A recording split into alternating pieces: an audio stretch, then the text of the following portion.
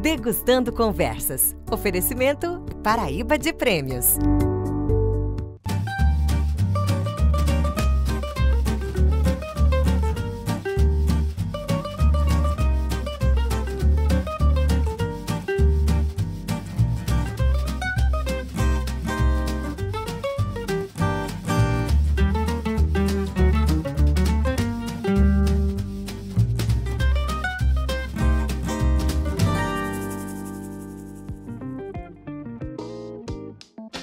Obrigado aí. Vai. Vamos abrir as portas da Casa Paisá. Estamos aqui com o Ângelo Rafael, o artista plástico. Ângelo, né? Como você é mais conhecido dentro do meio.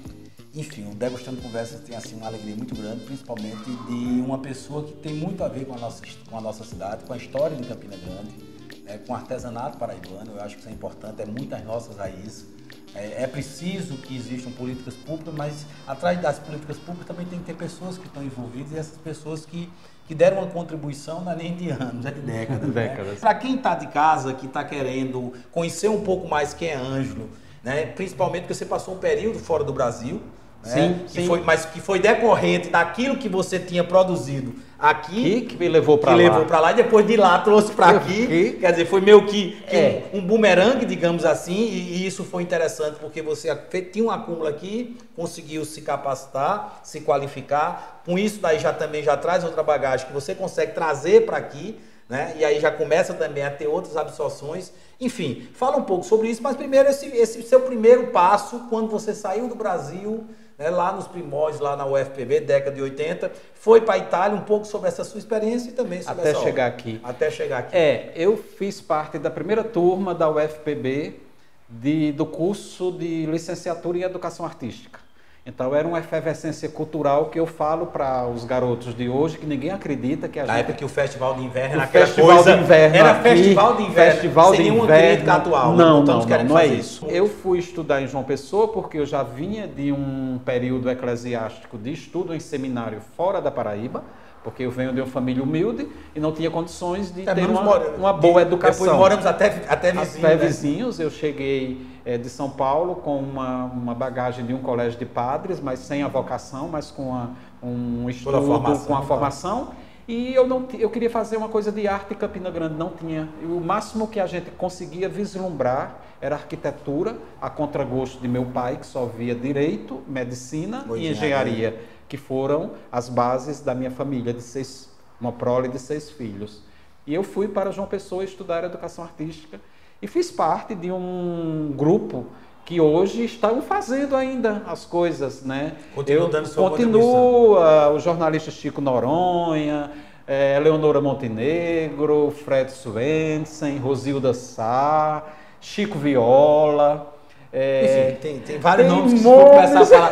Aí a sua ida para a Itália. A Itália foi um convênio que houve uma oferta da cooperação técnica italiana ao desenvolvimento para os países da América do Sul, Ásia e Norte da África, para desenvolvimento de expertises em vários setores.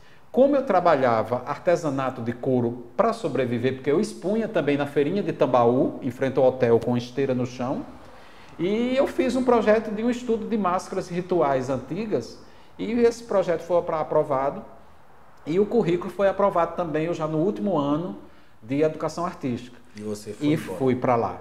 O que era um dia terminou se tornando terminou se tornando uma década. Foi um ano e depois uma década. Agora, o interessante, Fábio, é porque eu passei a conhecer o Brasil, a gostar do Brasil, a amar o Brasil fora dele.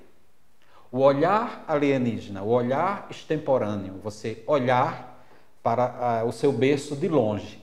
Então foi lá que eu fiz minha primeira exposição individual, onde foram 34 peças, 28 arrematadas a tapas, né? Isso foi uma coisa muito prazerosa. Foi lá minha segunda experiência também, né? Trabalhei como diretor de arte eram as primeiras agências de publicidade e pensei que era algo voltado para o artesanato, mas não era desenvolvimento de produtos na área do design industrial para produtos. Diga-se Fashion Design. Então, de repente, eu fiz uma imersão dentro do Made in Italy, que é o calçado e a moda. E foi lá que eu trabalhei com Valentino Orlandi, foi lá que a escola que eu estudei, que era o Politécnico da Cooperação Técnica Internacional, eu estudei depois, fui convidado para ser monitor e depois professor, porque com 15 dias eu já falava italiano, por conta de quê? Do latim do seminário. Isso, que então, você enquanto já tinha tido uma base. Enquanto meus amigos estavam ali na luta, eu já estava Rosa, Rosário, magistério, magister, professor, é isso, já estava sabendo. Olá, eu sou Túlio Maia e estou aqui para preparar para vocês uma deliciosa receita de carne de sol degustando conversas, acompanhado com purê de abóbora e arroz vermelho. E para isso nós vamos precisar de 300 gramas de carne de sol desfiadas, pimentão verde em tiras, tomates vermelhas em tiras, cebola roxa em tiras, abóbora cozinhada e cortada em cubos, leite, sal, pimenta do reino, manteiga de garrafa e manteiga comum. Agora que nós já separamos os ingredientes, vamos cozinhar? Vamos começar o nosso preparo pela carne de sol, porque inclusive carne é uma coisa que é sempre bom a gente deixar ela dar uma descansada antes de servir. Então, inicialmente, nós vamos colocar a manteiga de garrafa. Por ser um prato mais regional, então, no lugar do azeite, a gente resolveu utilizar a manteiga de garrafa para o nosso preparo. A carne de sol, no caso, eu botei ela na panela de pressão, depois desfiei, ela já está dessalgada também, depois desfiei para poder a gente fazer esse nosso prato de hoje. Você pode olhar, ela está toda desfiadinha. E vamos dar uma refogada nela. Porque no caso, como ela já está cozida, então ela não precisa daquele processo de fritar literalmente, não. Vou deixar aqui ela tomar gosto. Quando ela der uma refogada, a gente vai começar a colocar os outros ingredientes no preparo da carne. Como estamos no período junino, mês de junho, que inclusive é o mês da colheita, né? Por isso que a festa junina, ela vem da origem exatamente da colheita, era a época que tinha uma safra muito grande de grãos, inclusive principalmente aqui no Nordeste, de milho. Então se faziam as festas para comemorar a grande safra desse período, que é um período pós-chuva, então que já tem uma colheita bem legal. Então vamos aproveitar para preparar pratos regionais durante esse período. Vamos iniciar com essa carne de sol, que também você pode usar aqui uma carne de bode, se você quiser também, sem problema nenhum. Uma carne de porco desfiada também ficaria legal. E até mesmo um franguinho caipira, né? Pega o franguinho caipira, dá uma cozida nele, depois você desfia. Você também pode preparar esse prato utilizando esses outros tipos de proteínas animais. Carneiro, bode, porco. Agora nós vamos colocar a nossa cebola roxa.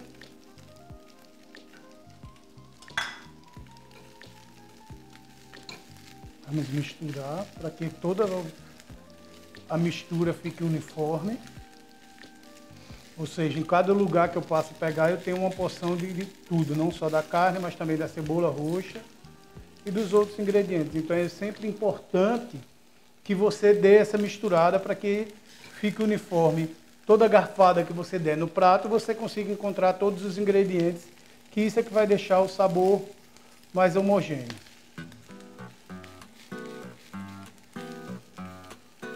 Vamos colocar o pimentão.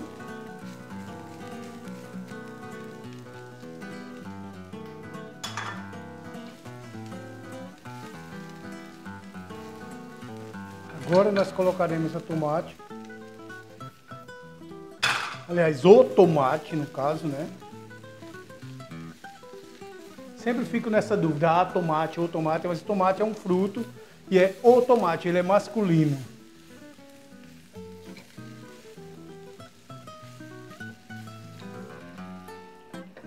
Enquanto isso, nós vamos amassar a nossa abóbora.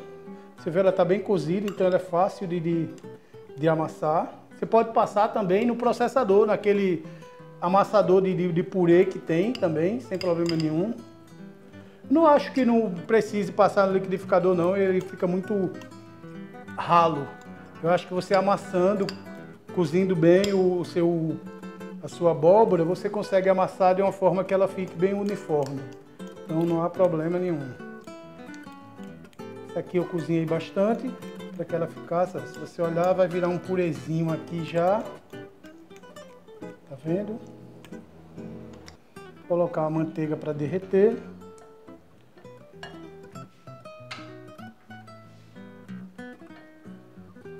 Esse prato nós vamos servir acompanhado de um arroz vermelho que você pode preparar do jeito que quiser. No meu caso aqui, eu vou colocar ele aromatizado com raspas de limão siciliano para dar um sabor mais refrescante a ele, que você vai ralar praticamente na hora de servir.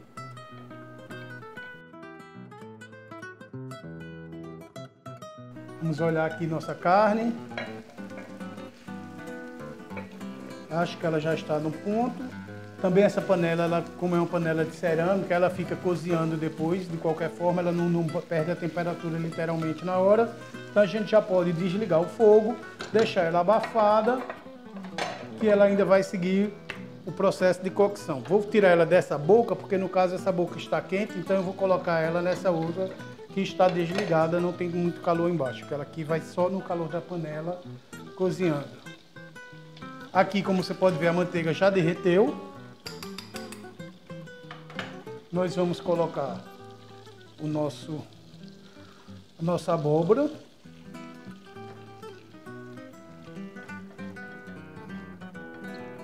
De forma que ela fique uniforme. Vou pegar o fouet, que facilita na mistura. Vou colocar um pouco de sal. O sal você vai colocando conforme você vai vendo a necessidade, né? Aí, esquecendo aqui na nossa carne, vamos colocar um pouco de pimenta aqui por cima mesmo. Dar uma mexidinha para que ela seja incorporada. Que ela vai dar uma certa picância no nosso prato.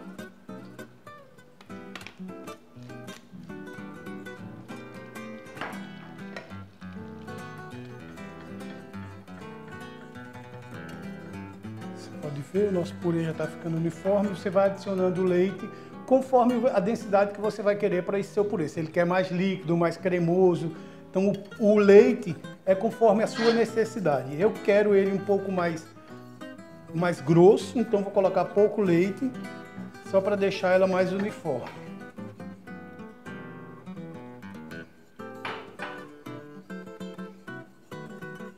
A gente sempre mostra o passo a passo da montagem do prato, exatamente para que, se você quiser servir individualmente, seus convidados forem poucos, você consiga ter uma noção mais ou menos de como empratar o seu prato para que ele fique bonito e atraente para ser degustado.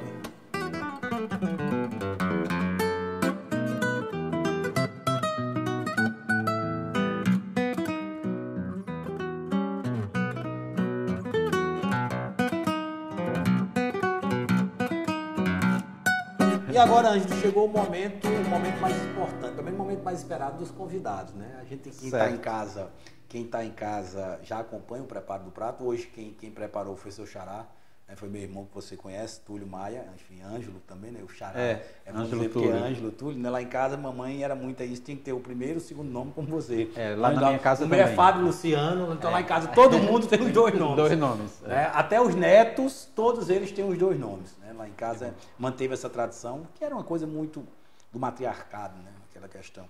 E aí está trazendo aqui uma carne de sol desfiada com um purê de abóbora ou purê de girimum, se quiser.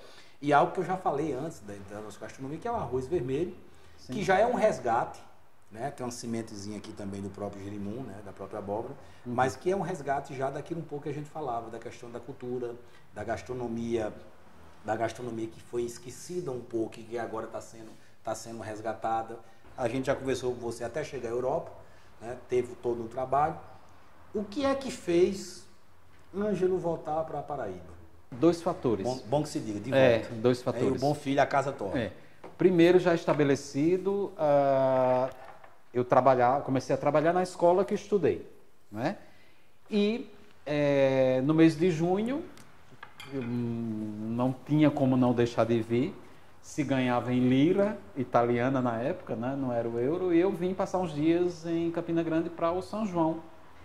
E todo mundo sabia já, os amigos, porque minha casa na Itália... Você praticamente foi no início do maior São João do mundo, né? 81. Foi, eu peguei ainda o período da palhoça, do palhoção, do barro nos pés. Eu menino mais lembro, né? Que era no Coqueiro do seu Zé Rodrigues, né? Isso, lá embaixo. Minha tia morava... Quando eu falei da casa aqui, é porque minha tia morava na Solano Lucena, eu fui menino criado ali, aqui no centro, né? Era o palhoção. E a gente brincava lá e tinha o palhoção a primeira vez, eu lembro disso. Então, nessa minha vinda, eu já vim também como eu já trabalhava, já produzia, já era designer na área de calçados e vestuário em couro e acessórios, já entendia um pouco, aliás, bastante do Made in Italy e como funcionava, e Campina Grande já começava a falar do polo coureiro de Campina Grande, a tradição dos curtumes de Campina Grande, todo mundo sabe do curtume dos Mota, dos Vilarim. Então, nesse contexto, quando eu cheguei, foi uma efervescência, o encontro com os amigos, e eu conheci Rosélio Porto, que era o capitão da Cotecil, que era uma fábrica de EPIs, de botas de segurança, de luvas. Então a gente via aquelas calçadas cobertas de couro wet blue para secar, para entregar a Cotecil. E conheci os filhos, a filha que tinha uma loja, e ela me pediu para desenhar uma coleção e eu desenhei. E fui falar de identidade cultural, que ela não poderia, que não era aconselhável copiar Prada, Gucci, Chanel, se a gente tinha toda uma gama de saberes, de tudo, de literatura, de história, que poderíamos trazer para dentro do produto. E foi aí que eu conheci o pai disse, olha, que era seu Rosiélio em memória, disse, nós estamos, o Senai, construindo o Centro de Tecnologia do Couro e do Calçado. Que infelizmente fechou. Fechou em tese praticamente, porque na época, e ele disse, vamos conhecer? Eu disse, eu nem quero, porque eu tinha medo de conhecer. E fui em Bodocongó. E foi ali a decisão. Quando eu vi, eu conheci Sidno Silveira, que era o arquiteto, que é o arquiteto da FIEP, e foi durante 40 anos, trabalhou com Oscar Niemeyer, e que reencontrei na construção do Museu dos Três Pandeiros. Olha como há uma força que une todas essas coisas. A gente tem esse ditado aqui. Quando eu vi, só faltava uma coisa, e Rosélio disse, você quer vir para cá, trazer o que você aprendeu para a gente alavancar a indústria de calçados, de bolsas, acessórios, dar esse toque refinado, cuidar de mercado. Eu não pensei duas vezes. Eu voltei, fiz minhas malas, eu passei 3 anos me mudando. Para trazer as coisas, foi. E mudamos, só para concluir, e praticamente eu vi a conclusão. Em 1993, em novembro, eu chegava de Malicuia, e juntamente com um grupo de uns 10 abnegados experts em curtumes, em química, que oriundos do antigo Procurte, que era a escola de couros e tanantes. Olha só que nós tínhamos o curso superior. E um curso de couros, sim, na UFPB, o curso de couros e tanantes, lembro, sim. Que fez o convênio com o Senai e foi para dentro do Senai. Então nós montamos, digamos assim, o primeiro centro de excelência em Campina Grande, e eu tive o prazer, a honra, a humildade também de trazer os componentes curriculares e selecionar, treinar, e de lá saíram pessoas que são empresários hoje. Hoje tem pessoas em Campina Grande que exportam, que passaram, que vieram. Hoje se resume mais aos laboratórios, devido a N fatores, que não vem ao caso, mas o CTCC trabalha hoje com os laboratórios físico-mecânicos de testes de elasticidade, de impermeabilidade, para as indústrias de couro, inclusive fora do estado, e de águas e efluentes também, porque existem leis que não se permite mais jogar determinado tipo de produto. E está correto. E está corretíssimo. Então foi essa volta que veio. Eu tentei ser empresário, não deu certo, né? Tentei produzir, não deu certo, mas eu trabalhei com a Cimar, trabalhei com Rosélio Porto Artefatos de Couro, trabalhei com Eva Calçados, que está aí, mapeamos 186 empresas de fundo de quintal, de calçados, no Zé Pinheiro, e mudamos até paradigmas, até a cola. Hoje você não vê cheiro a cola. Por quê? Porque na época houve uma campanha junto aos produtores para mudar a cola para a pesquisa aplicada em cima daquilo ali para tirar o thinner e colocar como se diz, outro tipo de substância que pudesse fazer. Justamente. Daí veio a arte cola para cá. Hoje, se você disser cheira cola, ninguém sabe o que é. Né? Me deixa eu só atrapalhar. Enquanto isso, eu quero... Para você provar um pouco o prato também, né? Você tem, assim, uma faceta muito grande, né? Eu acho que isso é importante. Teria que ter bem 2 programas pra gente falar sobre tudo, mas enfim... Isso é bom porque as pessoas vão instigar as pessoas a querer conhecer um pouco mais, não só sobre você, mas sobre sua obra. E você trouxe um livro aí pra gente falar um pouco sobre esse livro, que é a sua verve. Ah, tá. Isso né? Aí. Que é a sua verve literária. Foi por acaso que tá aqui. Mas assim, que é a sua verve literária, assim, eu queria que você falasse um pouco, eu vou pegar aqui o livro, A Casa das Bocas Pintadas de Encarnado. Se eu soubesse que você era fã de Almodóvar, eu estava explicado o título, tá? Mas enfim, mas como eu não conheço você o suficiente para isso, vamos esquecer um pouco Almodóvar. Fala um pouco sobre essa sua obra. Eu queria só fazer uma última, se você me permite, para fechar a questão do calçado. Foi muito importante o CTCC porque quando nós percebemos o sucesso da Itália de se fazer as pequenas comunidades trabalhando calçado feito à mão, com toda a delicadeza, com controle de qualidade, foi montada uma missão e um projeto chamado Projeto Promos, através do Governo do Estado, SEBRAE, Banco Interamericano de Desenvolvimento, BID, SENAI. E eu tive o privilégio de participar da missão, junto com o vice-presidente do Brasil na época, de Pernambuco, Marco Maciel.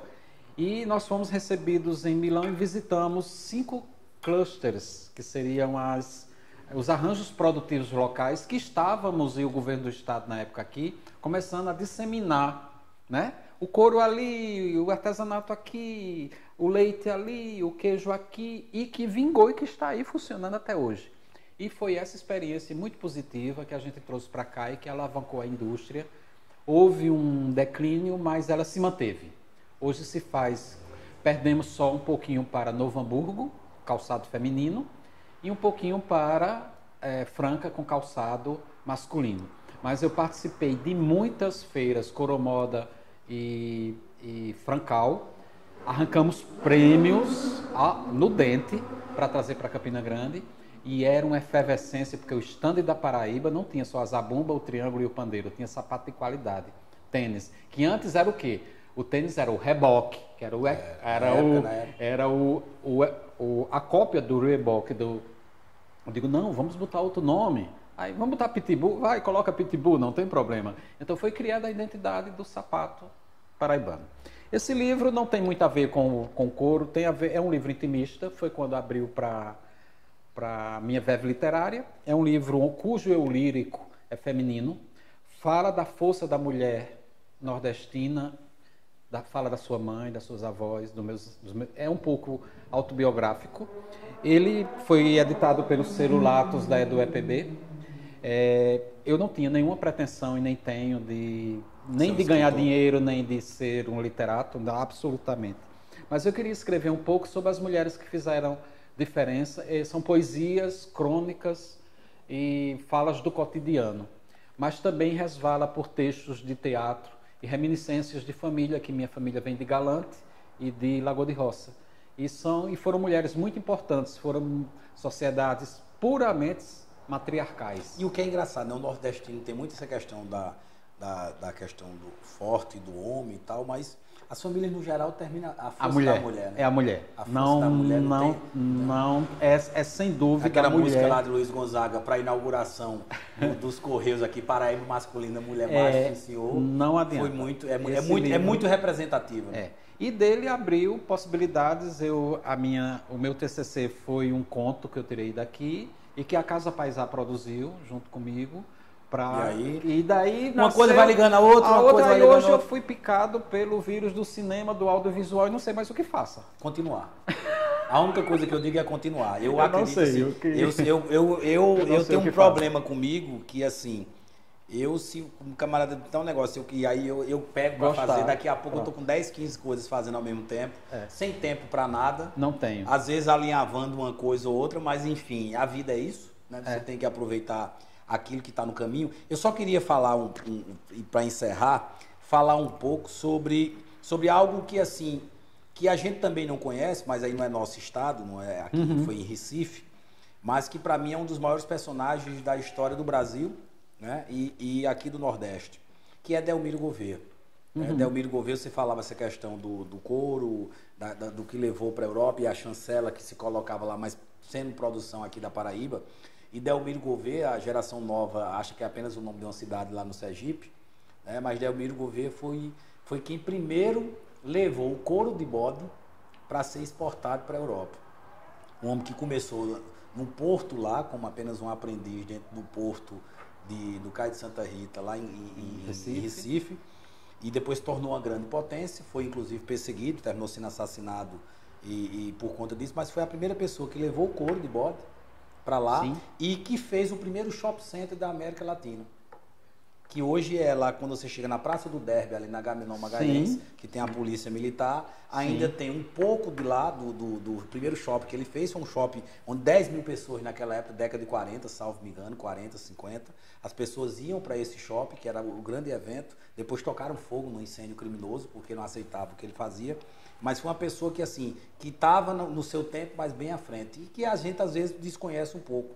E que mostra a força daquilo que tem o Nordeste, que muitas vezes eu estou falando isso para frisar, e que a gente não percebe, que esse trabalho que vocês fizeram, do calçado, da preocupação de dizer, olha, tem isso produzindo lá, bacana, mas não vamos copiar não, vamos buscar as nossas raízes, isso, porque as nossas raízes, ela tem muita coisa boa e a gente tem muito a aprender, porém a gente também tem muito a ensinar. Isso. Né? Então, e acho que a gente fica meio que com aquela coisa de ficar meio assim, porque acha que o que vem de fora é o que é melhor, que o que vem de fora traz possibilidades, e você é uma prova viva, né, pela sua história, pela sua trajetória, de outras pessoas, né, e Campina Grande é muito forte.